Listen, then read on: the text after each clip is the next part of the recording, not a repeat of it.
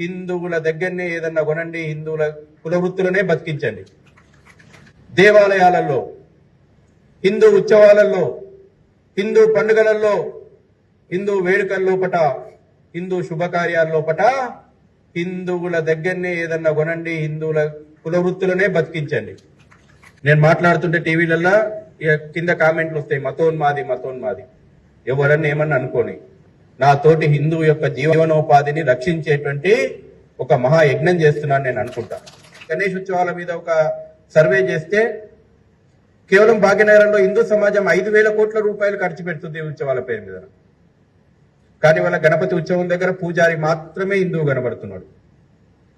Light ఎవడేస్తున్నాడు, తడకలు ఎవడేస్తున్నాడు, light sound ఎవడు పెడుతున్నాడు, డెకరేషన్ ఎవడు చేస్తున్నాడు, చివరికి ప్రసాదాలు ఉండేటోడు కూడా ఎవడైండు, స్టేజ్ ఎవడేస్తున్నాడు, నిమజ్జనానికి వెహికల్ ఎవడు తెస్తున్నాడు.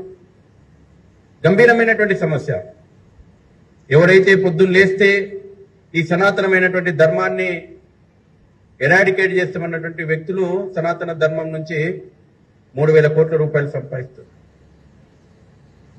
జనవరిలో మేము బాలాపూర్లో మీటింగ్ పెట్టినాం. ఎక్కడెక్కడైతే మనిషి అవసరం ఉన్నదో అక్కడక్కడ ఈరోజు చొరబాటుదారులు చేరిపోయారు. ఎక్కడెక్కడైతే మ్యాన్ పవర్ అవసరం ఉన్నటువంటి ప్రతి రంగం లోపల చొరబాటుదారులు చేరిపోయారు. పరిస్థితులు చేద్దాటక ముందే సమాజం లోపల నిద్ర లేపాల్సినట్టు అవసరం ఉంది. చెప్తాం. మేము ఇవాళ భాగ్యనగరం లోపల 1,40,000 గణపతి మండపాలు ఉన్నాయి. ఈ 1,40,000 గణపతి మండపాల ద్వారా లక్షలాది కుటుంబాలకు, హిందూ కుటుంబాలకు, వాళ్ళ కుటుంబాల లోపల పండుగ ఆనందం కలిగినప్పుడే మా అటువంటి వాళ్ళకి గర్వకారణం.